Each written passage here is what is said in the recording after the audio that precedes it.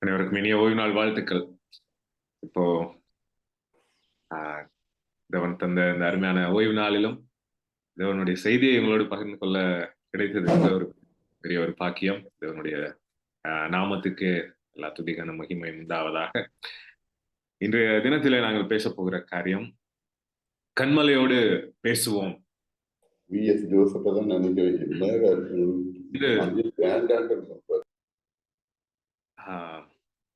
அதாவது பழைய ஏற்பாட்டில இருந்து நாங்க காரியத்தை குறித்து பார்க்க போகிறோம். சரி, இந்த கண்மலையோடு பேசுவோம் என்ற தலைப்புல நான் என்ன பார்க்க போறேன்னு சொன்னா, இஸ்ரவேல் ஜனங்கள் எகிப்திலிருந்து புறப்பட்ட நேரத்துல 40 வருடங்கள் வனாந்தரத்தில் அலைந்து திரிந்தார்கள். அங்கே வேதத்துல நாங்க பார்க்கும் பொழுது 3 இடங்களிலே அந்த இஸ்ரேல் ஜனங்களுக்கு தண்ணீர் பிரச்சனை வந்ததாக வாசிக்கிறோம். 3 இடங்கள். அந்த 3 இடங்கள்ல முதல் 2 பிரச்சனையும் அவங்க புறப்பட்ட முதலாவது வருஷத்துல, 3வது பிரச்சனை 40வது வருஷத்துல. இந்த 40வது வருஷத்துக்கும் முதலாவது வருஷத்துக்கும் இடையில, அதாவது 38 வருடங்கள் 39 வருடங்களாக அவங்களுக்கு வேற எந்த தண்ணீர் பிரச்சனையோ எதுவுமே வந்ததாக வேதம் குறிப்பிடல். எனவே இந்த காரியத்தை குறித்து நாங்க கவனமாக நம்முடைய கவனத்தை செலுத்தும் போது ஒரு சில அதிசயமான காரியங்களை நம்மால் பார்க்க முடியதாக இருக்கு. ஒரு விஷய கண்களை மூடி ஜெபம் செய்து நான் செய்திக்குள்ளாக கடந்து செல்வோம். கிருபை நிறைந்த பரிசுத்தமுள்ள நல்ல ஆண்டவரே, தேவனே, வேதத்தின் மகத்துவங்களை காணும்படியான தெளிவான கண்களை எங்களுக்கு தாரும். எங்கள் காதுகளை திறந்தரலும், எங்கள் இருதயங்களை திறந்தரலும். ஆண்டவரே, பரிசுத்த ஆவியானவர் தாமே அடியின் மூலமாக பேசி அருள வேண்டுமா ஜெபிக்கிறோம். வழி நடத்தும், ஆசீர்வதியும் இயேசுவின் நாமத்தினாலே ஜெபிக்கிறோம். ஆமென். சரி, இந்த யாத்ராகமம் 15வது அதிகாரம் 22வது வசனத்துல இருந்து நாங்க வாசிக்கும் பொழுது, எகிப்திலிருந்து புறப்பட்ட ஜனங்கள் செங்கடலை கடந்து அங்கே செங்கடல் கடந்து வந்த பொழுது எல்லாரும் ஆடி பாடி தேவனை ஸ்தோத்தரித்தார்கள். ஏன்னா செங்கடல் பிரிந்தது என்பது மிகப்பெரிய அதிசயமாக அவங்க நினைச்சிட்டு இருந்தாங்க. அப்பொழுது அந்த ஆடி பாடி தேவனை ஸ்தோத்தரித்து அங்கே செங்கடலிலிருந்து புறப்பட்டு சூர் வனாந்தரத்துக்கு நடந்தார்கள் பார்க்கிறோம். அந்த சூர் வனாந்தரத்துக்கு போற நேரத்துல 3 நாட்கள் அவங்களுக்கு தண்ணி கிடைக்கல. தண்ணி கிடைக்காம கடைசியா சூர் வனாந்தரத்துல மாறா என்ற இடத்துக்கு வந்தாங்க. அந்த இடத்துல தண்ணீர், ஏராளமான தண்ணீர் இருந்தது. ஆனா தண்ணீர் கசப்பாக இருந்தது. அந்த தண்ணீரை குடிக்க முடியல. எனவே ஜனங்கள் மோசைக்கு விரோதமாக முறுமுறுத்த நேரத்துல மோசைக்கு தேவன் காட்டிய ஒரு காரியம், ஒரு மரத்தை காட்டி அந்த மரத்தை தண்ணீரிலே போடு என்று சொன்னார். அந்த தண்ணீரை போட்ட உடனே அந்த தண்ணீர் மதுரமாக மாறியது. இப்போ தண்ணீர் எப்படிப்பட்டது அப்படின்னு சொன்னா, சுத்தமான தண்ணீர்னு சொன்னா, நல்ல தண்ணீர் அப்படின்னா தண்ணீர் சுவையற்றது, நிறமற்றது, மனமற்றதுன்னு நம்ம சொல்லுவோம். ஆனா மாறாவில் இருந்த அந்த கசப்பான தண்ணீர் மதுரமாக மாறியது. இங்கிலீஷ்ல சொல்றாங்க, it became sweet. இனிப்பாக, மதுரமாக அந்த தண்ணீர் மாறியது. அவ்வளவு சுவையான தண்ணீரை ஜனங்கள் குடித்து திருப்தி அடைந்தார்கள். அந்த குடித்து திருப்தி அடைந்த உடனே தேவன் அவர்களுக்கு ஒரு நியமத்தை கொடுத்தார். அது என்னன்னா, யாத்ராகமம் 15வது அதிகாரம் 26வது வசனம் சொல்லுது, தேவனாகிய கர்த்தரின் சத்தத்தை கவனமாய் கேட்டு அவர் பார்வைக்கு செம்மையானவைகளை செய்து அவர் கட்டளைகளுக்கு செவி கொடுத்து அவருடைய நியமங்கள் யாவையும் கை கொண்டால் நான் எகிப்தியருக்கு வர பண்ண வியாதிகளில் ஒன்றையும் உனக்கு வர பண்ணேன், நானே உன் பரிகாரியாகிய கர்த்தர் என்றார். அப்படி சொல்லி 27வது வசனத்தை பார்க்கும் பொழுது, இப்பதான் தண்ணீர் பிரச்சனை வந்து ஜனங்கள் தண்ணீர் என்ன கசப்பான தண்ணீர் மதுரமாக மாறி அருந்தி, இப்போ 27வது வசனத்துக்கு வரும் பொழுது அவர்கள் ஏலிமுக்கு வந்தார்கள். அங்கே 12 நீரூற்றுக்களும் 70 பேரீச்ச மரங்களும் இருந்தது. அங்கே தண்ணீர் அருகே பாளையம் இறங்கினார்கள். இப்போ தேவன் அவர்களுக்கு தண்ணீரை கொடுத்தார். தண்ணீர் குடித்து திருப்தி அடைந்தார்கள். 12 நீரூற்றுக்கள் இருக்கக்கூடிய இடத்திலே அவர்கள் பாளையம் இறங்கினார்கள். பின்பு அந்த இடத்துல இருந்து இன்னும் ஒரு இடத்துக்கு கடந்து போகும் பொழுது கிட்டத்தட்ட 1 மாத காலங்கள், 1 மாதம் 1 மாதத்துக்கு இடைப்பட்ட காலங்கள். அந்த நாட்கள் நடந்து போற நேரத்துல 17வது அதிகாரத்துக்கு நாம் வருமாக இருந்தா, யாத்திராகமம் 17வது அதிகாரம், இன்னும் ஒரு தண்ணீர் பிரச்சனை அங்கே வர்றதை நாங்க பார்க்கிறோம். இந்த நேரத்துல திரும்பவும் ஜனங்கள் மோசேயை நோக்கி முறுமுறுக்க தொடங்கினார். என்ன?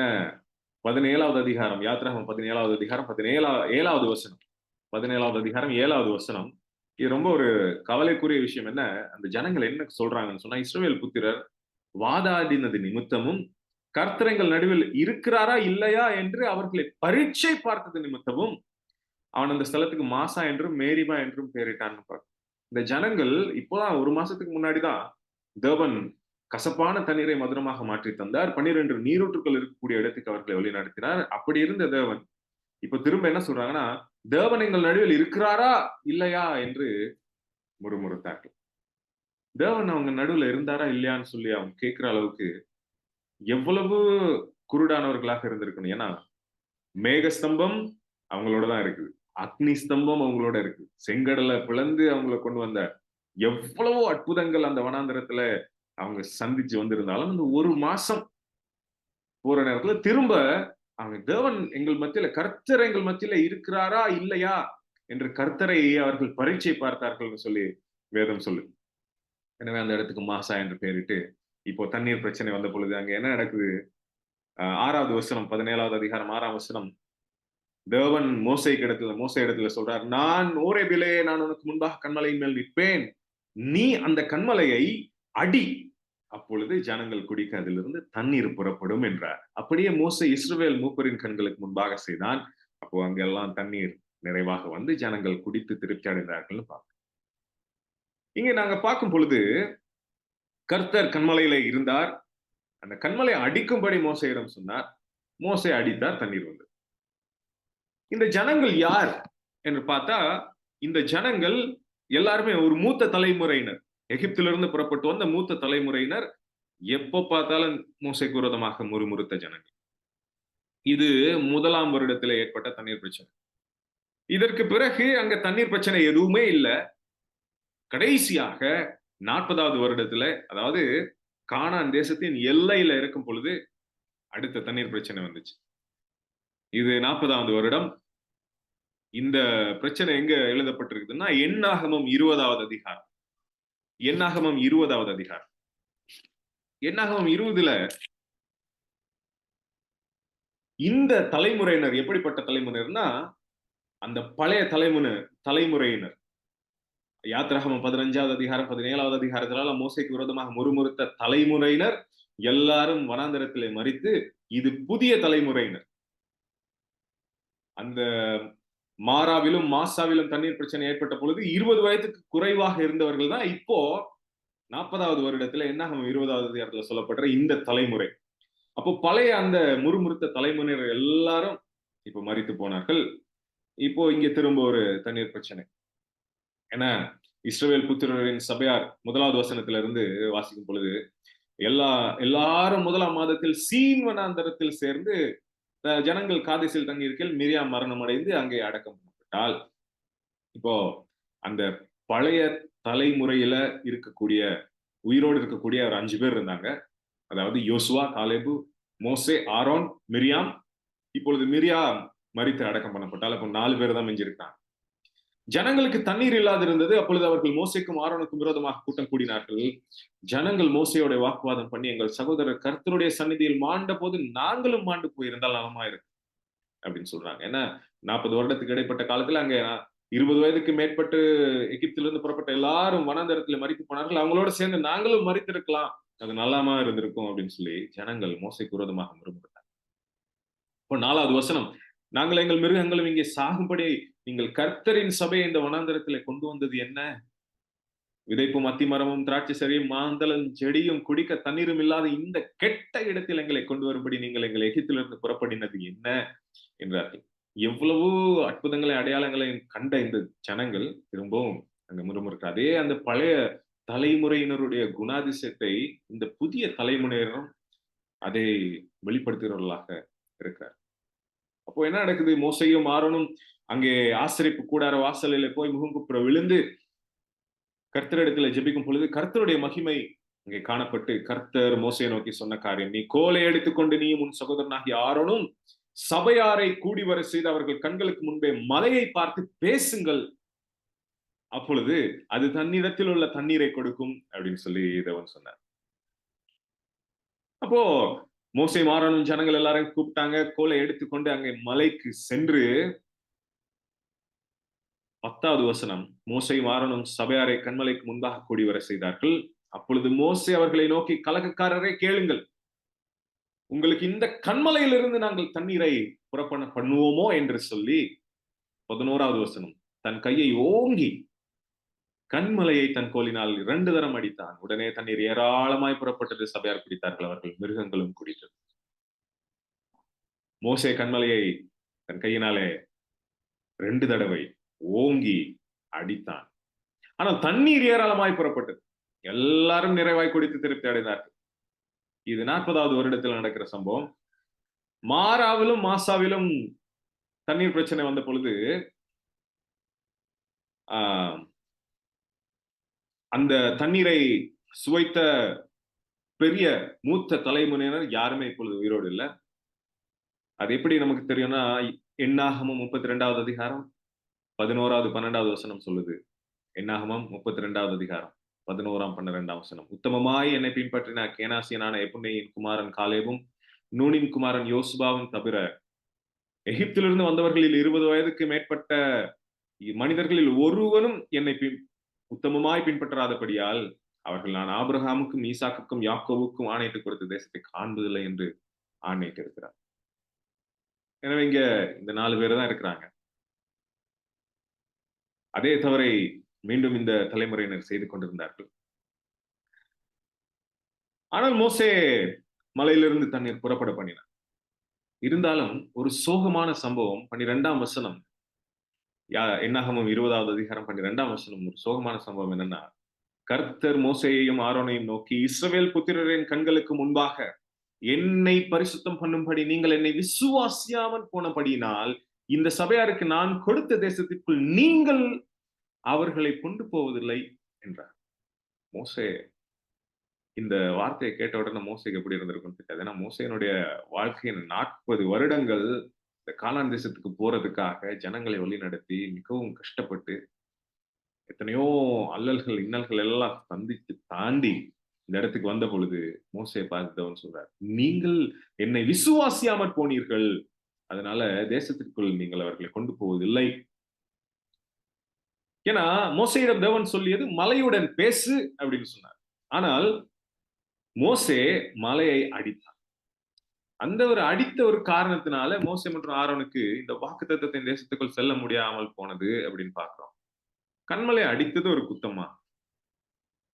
பேசுதல், அடித்தல், இது ரெண்டுக்கும் என்ன அப்படி பெரிய வித்தியாசம் அப்படின்றதுதான் இன்னைக்கு நம்முடைய கவனம். அந்த கண்மலை என்ன அவ்வளவு முக்கியமா? அப்படி அந்த கண்மலை என்ன விசேஷித்தது அப்படின்னு நாம் பார்க்கும் பொழுது சில வேத வசனங்களை நாம் வாசித்தா வேகமாக நாம் வாசிப்போம். உபாகமம் 32:4வது வசனம், அவர் கண்மலை, அவர் கிரியை உத்தமமானது, அவர் வழிகள் எல்லாம் நியாயம், அவர் நியாயக்கேடில்லாத சத்தியமுள்ள தேவன், அவர் நீதியும் செம்மையுமானவர். இந்த கண்மலை யார் அப்படின்னா தேவன் அல்லது கர்த்தர்னு சொல்லு. 1 சாமுவேல் 2வது அதிகாரம் 2ஆம் வசனம், கர்த்தரை போல பரிசுத்தர் இல்லை, உம்மை அல்லாமல் வேற ஒருவரும் இல்லை, எங்கள் தேவனை போல ஒரு கண்மலையும் இல்லை. எங்கள் கர்த்தர் கண்மலையானவர். 2 சாமுவேல் 22வது அதிகாரம் 2ஆம் வசனம், கர்த்தர் என் கண்மலையும் என் கோட்டையும் என் இரட்சகருமானவர்.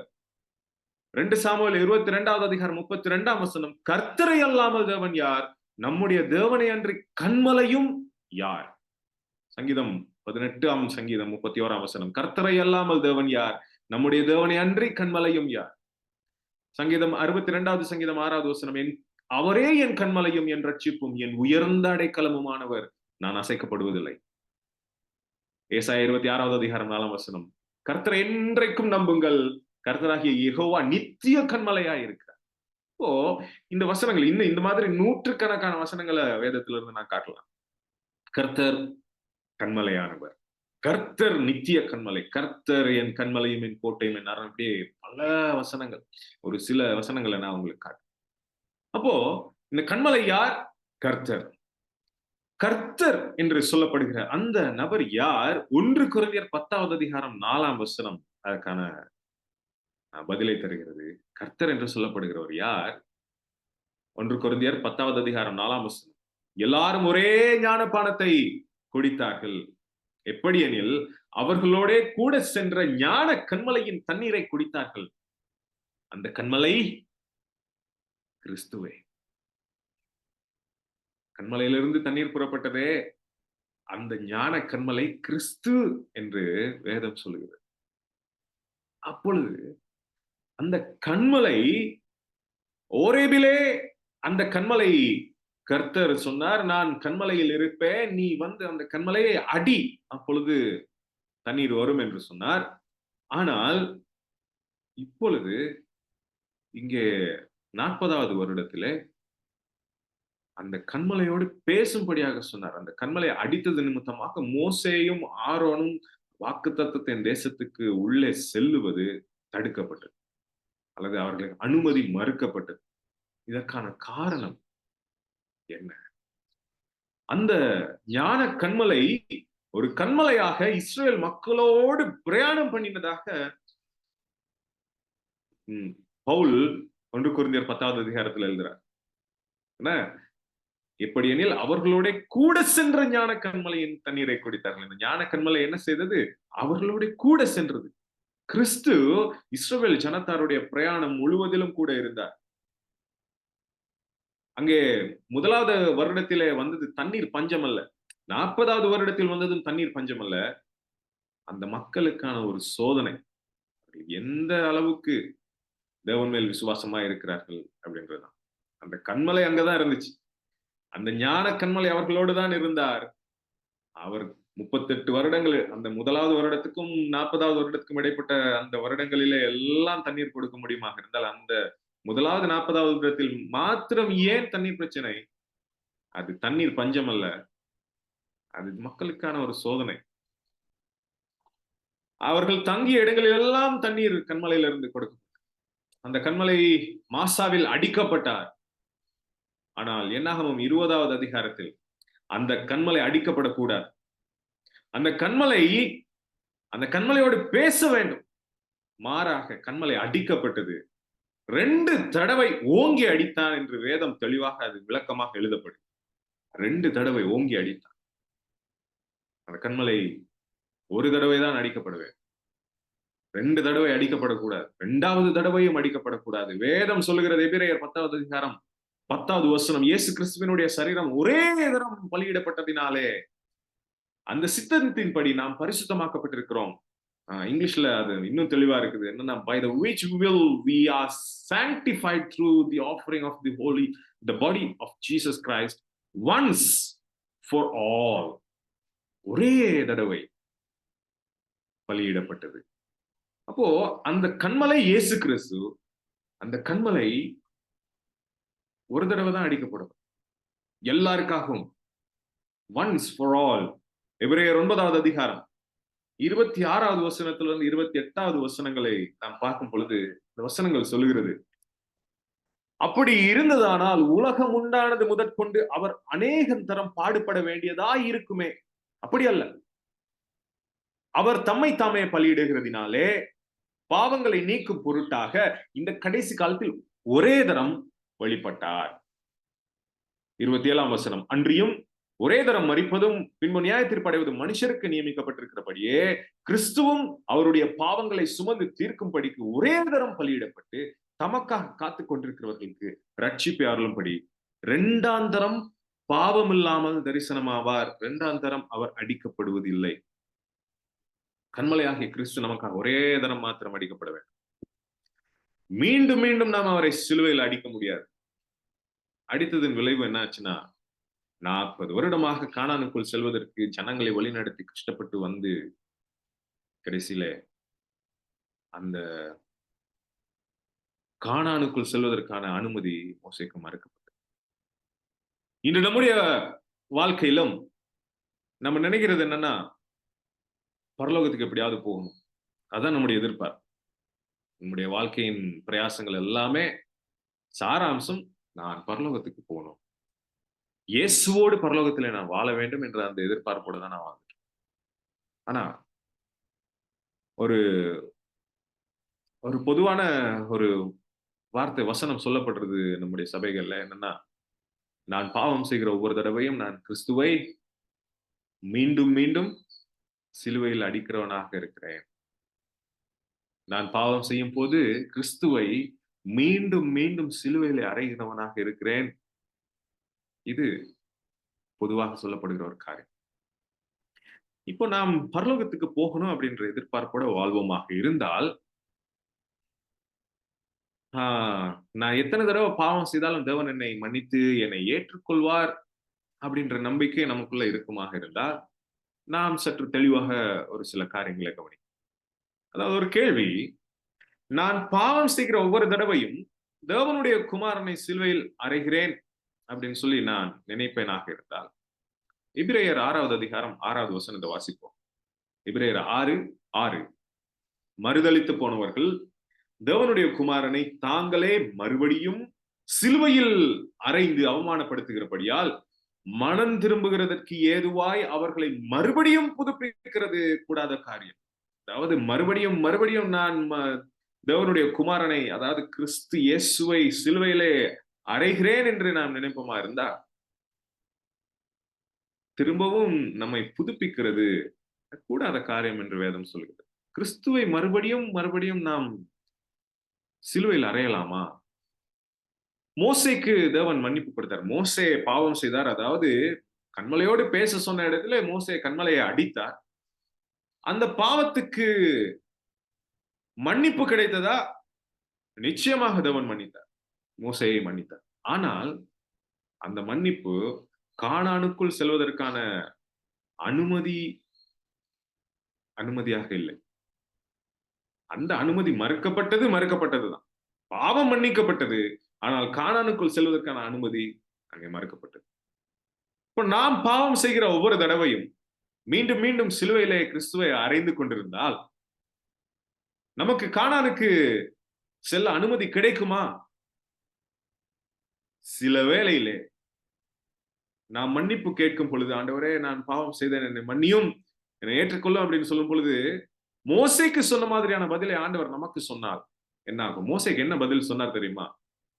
என்னாகும் 20வது அதிகாரத்துல நாம் பார்க்கும் பொழுது 12வது வசனத்துல ஆண்டவர் சொன்னார், மோசேயும் ஆரோனும் அந்த தேசத்துக்குள் செல்ல அனுமதி இல்லைன்னு சொன்னார்.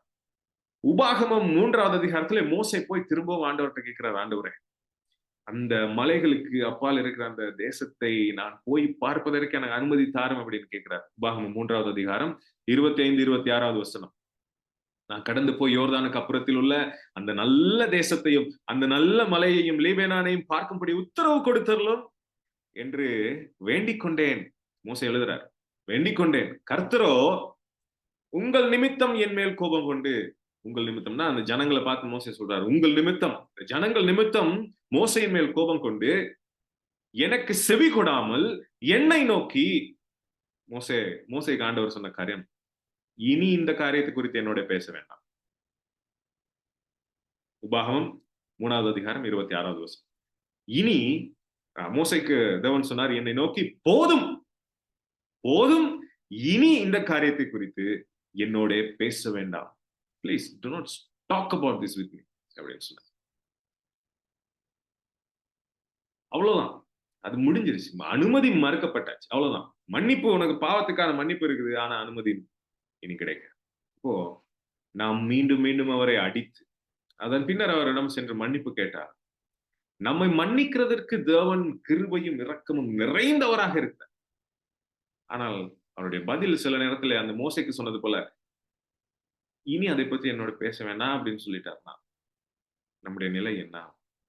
1ஆம் வருடத்துல வந்த தண்ணீர் பிரச்சனை, மாறாவில் மரத்தை போட்ட பொழுது தண்ணீர் சுவையாக மாறியது, மாசாவில் மலையை அடித்த பொழுது தண்ணீர் வந்தது. இந்த மரம் சிலுவையை குறிக்கிறது. கண்மலை கிறிஸ்துவை குறிக்கிறது. எனவே 1ஆம் வருடத்திலே ஆரம்பத்திலே கிறிஸ்து மரத்திலே அடிக்கப்பட வேண்டும்.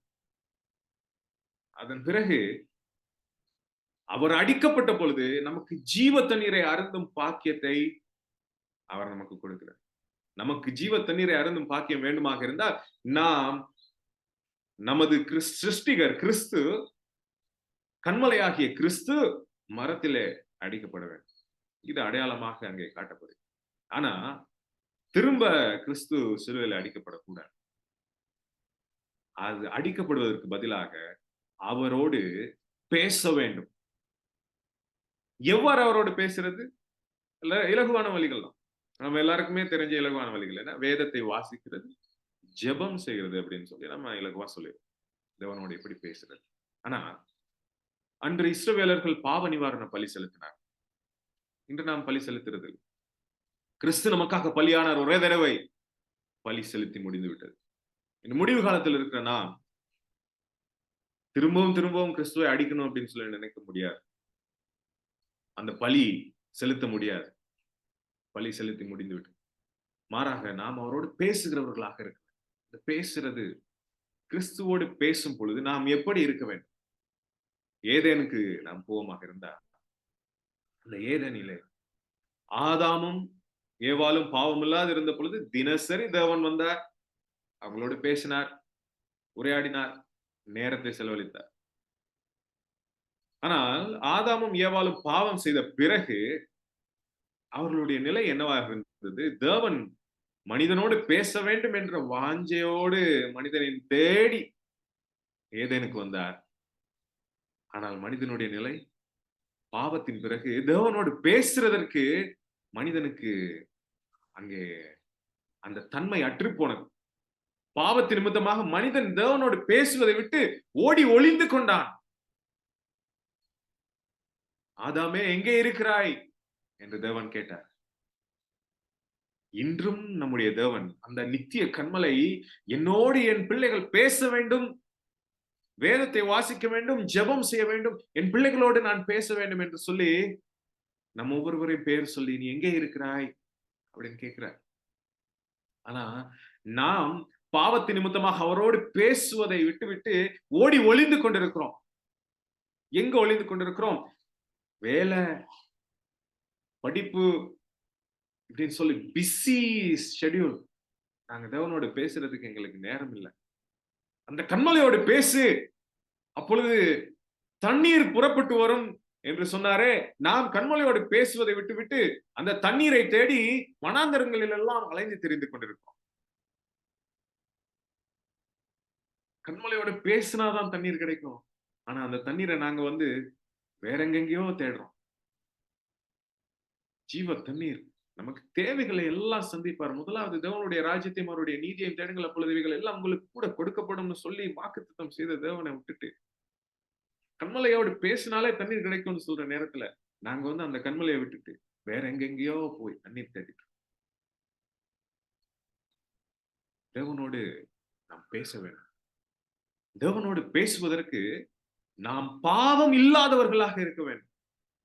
பாவம் இருந்துச்சுன்னு சொன்னா தேவன் இடத்துல நமக்கு பேச முடியாது. தேவன் இடத்துல நம்ம ஓடி ஒளிஞ்சிட்டுதான். தேவனோடு பேசுறதுக்கு பாவம் செய்யாதவர்களாக இருக்கணும்ன்ற அந்த வரைவிலக்கு, அந்த அந்த கட்டுப்பாடு இல்லை. ஏன்னா பாவம் செய்யாதவர்கள் யாருமே இல்லை இந்த உலகத்துல. ஆனால் தேவனோடு பேசும் பொழுது நாம் பாவம் இல்லாதவர்களாக இருக்க வேண்டும் என்று சொல்வதற்கான காரணம் என்னன்னு சொன்னா, நாம் பாவிகள், பாவ உலகத்திலே வாழ்ந்து பாவத்திலே வாழ்ந்து கொண்டிருக்கிறோம். அதனால சந்தர்ப்ப சூழ்நிலைகள் நிமித்தமாக சில நேரங்களில் நாம் பாவத்துக்குள்ளாக விழுவதற்கான சந்தர்ப்பம் இருக்கிறது, பாவத்தை செய்கிறதற்கான சந்தர்ப்பம் இருக்கிறது. ஆனால் நாம் பாவத்தை அறிக்கையிட்டு மனம் திரும்பும் பொழுது, ஒருவன் கிறிஸ்துவுக்குள் இருந்தால் பலவைகள் யாவும் ஒளிந்து போயின, எல்லாம் புதிதாயின என்று சொன்ன அந்த கர்த்தர் நம்மை புது சிருஷ்டியாக மாற்றுகிறார். நம்மிடத்தில் உள்ள பாவங்கள் எல்லாம் அவர் கடலின் ஆழத்திலே போட்டு அதை அவர் நினைப்பதே இல்லை. அப்படியா இருந்தா அந்த தெய்வம் நம்முடைய பாவத்தை எல்லாம் மறைத்து மறந்து நம்மை புதிதாக மாற்றுகிறார். நாம் அவரோடு பேசும் பொழுது நம் பாவமற்றவர்களாக நம்மை அவரிடத்திலே கொடுக்க முடியும். நாம் கண்மலையோடு பேசும்.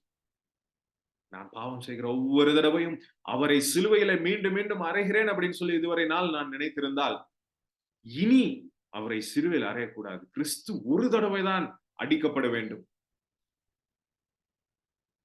அப்ப கிறிஸ்துவை நான் திரும்ப திரும்ப சிலுவையில அடிக்காமல் இருக்க வேண்டும் என்றால் நான் எப்படி இருக்கணும்? நான் முடிந்த வரையில் பாவம் செய்யாமல் இருக்க வேண்டும். இந்த ஞான கண்மலையோடு நான் பேசும் பொழுது என்னிடத்தில் உள்ள பாவங்கள் எல்லாம் விட்டு விலக வேண்டும், மனம் திரும்ப வேண்டும், பாவங்களை அறிக்கையிட்டு அதிலிருந்து நான் மீண்டு வர வேண்டும். அப்படி நான் பரிசுத்தமான ஒரு ஜீவியத்தை ஜீவிக்க முயற்சி செய்யும் பொழுது, நம்முடைய சொந்த பலனால் முடியாது. முயற்சி செய்யும் பொழுது என்னை பலப்படுத்துகிற கிறிஸ்துவினாலே எல்லாவற்றையும் எனக்கு செய்ய பலன் உண்டு. அந்த நம்பிக்கையோடு கூட அந்த கண்மலையோடு பேசுவோம். அந்த நித்திய கண்மலை நம்மை ஒருபோதும் திக்கற்றவர்களாக விட போவதில்லை. அவரிடத்துல எல்லாம் உண்டு. இந்த பூமியும் அது நிறைவும் கர்த்தருடையது. அவரிடத்தில் எல்லாம் உண்டு. அவரோடு பேசும் பொழுது அவர் ஜீவ தண்ணீரை அங்கே சுரக்க பண்ணுவார். அதை விட்டு எல்லாவற்றையும் நாம் வெளியில தேடி திரிவது தேவனுக்கு வருத்தத்தை கொடுக்கிறதாக, அது அவரை அடிக்கிறதாக இருக்கு. கண்மலையை அடித்தது போதும். அந்த கண்மலையோடு பேசுவோம். அவர் ஜீவ நீரூற்றை நமக்கு தருவார். இஸ்ரவேலருக்கு ஏற்பட்ட தண்ணீர் பிரச்சனை நமக்கு வராதபடி நமக்கு முன்மாறி பின்மாறி எல்லாம் தருவதாக அவர் வாக்குறுத்திருக்கிறாரே. அவர்களுக்கு ஆரம்பத்திலே தண்ணீர் பிரச்சனை வந்தது, முடிவிலே தண்ணீர் பிரச்சனை வந்தது. ஆனால் நமக்கு முன்மாறியும் தந்திருக்கிறார், பின்மாறியையும் தருவார். இந்த பிரச்சனை நமக்கு வரப்போவதில்லை. கண்மலையாகிய இயேசுவோடு பேசுவோம். கட்பாறையாகிய இயேசுவின் மேல் நமது வீட்டை கட்டுவோம். பரம கானானுக்குள் செல்லும் வாய்ப்பை நாம் தக்க வைத்துக் கொள்வோம். அதை இறுக பிடித்து, அதை வலுவ விடாமல் பிடித்துக் கொள்வோம். நம் பந்தய பொருளை யாரும் எடுத்துக்கொள்ளாத படிக்கு நம்முடைய அந்த பந்தய பொருளை காத்துக்கொள்வோம். பரம கானானுக்குள் உங்களை எல்லாம் இதே போல ஜூம்ல இல்ல, நேரடியாக முகமுகமாக சந்திக்க வேண்டும் என்ற அந்த வாஞ்சியோடு கூட தேவன் தாமே நம்ம ஒவ்வொருவரையும் ஆசீர்வதிப்பாராக என்று சொல்லி இந்த பிரசங்கத்தை நிறைவு செய்கிறேன். ஆமென்.